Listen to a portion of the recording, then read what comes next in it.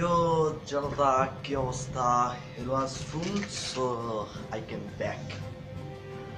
আজকে আমরা বাংলাদেশে সিওসি ক্ল্যাশ অফ ক্ল্যানের ভবিষ্যৎ অবস্থা নিয়ে চিন্তা করব। বর্তমানে ক্ল্যাশ অফ ক্ল্যান খুবই জনপ্রিয় একটি গেম এবং ভবিষ্যতে এটাই আরো কিভাবে জনপ্রিয়তা অর্জন করতে পারে এবং কি কি মাধ্যমে মানুষকে আরো উজ্জীবিত করতে পারে এই নিয়ে আমরা আলোচনা করব। ক্ল্যাশ অফ ক্ল্যানের এই ভবিষ্যৎ চিন্তাকে আমি 5 ভাগে ভাগ করছি। ফার্স্ট অফ অল, ইতিমধ্যে আমরা অনলাইনে এবং ফেসবুকের মাধ্যমে একটা বহুল প্রচলিত বিজ্ঞাপন দেখে ফেলেছি। বিজ্ঞাপনটি হচ্ছে স্টুডেন্ট সহ চলতি কোচিং বিক্রয় হইবে। ব্যাপক ভাইরাল হয়ে যায় ভিডিওটি। বিজ্ঞাপনের স্থিরচিত্র আমরা চারপাশে দেখছি, লাল রঙের একটি কাগজের সাইনবোর্ড।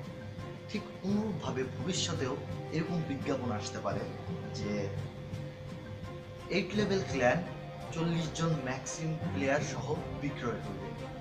ক্ল্যান লিডাররা তাদের প্রফিটের জন্য দেখা যাচ্ছে যে সময় হচ্ছে না, তারা ক্ল্যান সহ সঙ্গে 40 জন প্লেয়ার সহ সেল করে দিতে পারে। নাম্বার 2, বর্তমান প্রজন্মের মধ্যে নিউ জেনারেশন এবং তাদের গার্জেনদের মধ্যে একটা গ্যাপ তৈরি হয়েছে। ভবিষ্যতে কি হতে পারে, গার্জেনরা এই গ্যাপ ঘোচানোর জন্য তারা করতে পারে কি, ফ্যামিলি ক্ল্যান তৈরি করতে পারে। তারা ফ্যামিলি ওয়াইজ ক্ল্যান তৈরি করে সেই ক্ল্যানে তাদের রিলেটিভ, তাদের চাইল্ড এবং তারা নিজেরাও একসাথে খেলতে পারে। এতে হবে কি, সবসময় তারা তাদের বাচ্চাকে চোখে চোখে রাখতে পারতেছে, ট্র্যাকিং করতে পারতেছে। একটা ক্ল্যান একটা ট্র্যাকিং ডিভাইস হিসেবে কাজ করবে। এবং এছাড়াও দেখা যাবে যে প্রত্যেকে তাদের ফ্যামিলি নিয়ে এক একটা ক্ল্যানের নামকরণ করছে, যেমন চৌধুরী অ্যান্ড সন্স অথবা রহমান জেনারেশন অথবা ফকির অ্যান্ড ফকির ব্রাদার্স। এছাড়াও দেখা যাবে যে এই জায়গায় আপনি আপনার সন্তানের একবারে দৈনন্দিন জীবনে টুকি টুকি টুকি বিষয়গুলো নিয়ে আলোচনা করতে পারতেছেন এবং কিছুটা ফানও করতে পারতেছেন। এই যেমন ধরেন, আপনি একটা লুট করলেন, কত লুট করলেন? 2.00। লুট করার পর সেটা করলেন কি, আপনি শেয়ার দিয়ে দিলেন, দিয়ে আপনার ছেলেকে লক করে বললেন, হে হে হে, তোমার সিজিবি এর সমান লুট করেছি 2.00।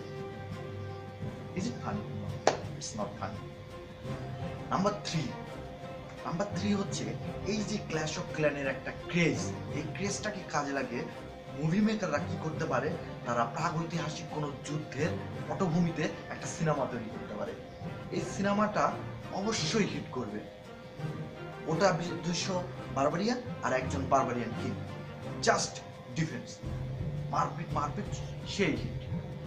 এক্সাম্পল হিসাবে আমরা বাহুবলীকে দেখতে পারি।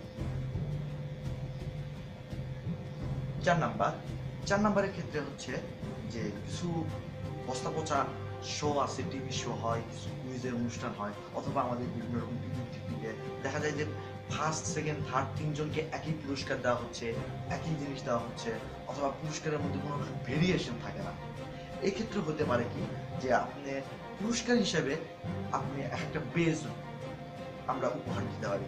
যেরকম ফার্স্ট প্রাইজ হিসাবে টাউন হল 10, সেকেন্ড প্রাইজ হিসাবে টাউন হল 9, থার্ড প্রাইজ হিসাবে টাউন হল 8। আইডিয়া।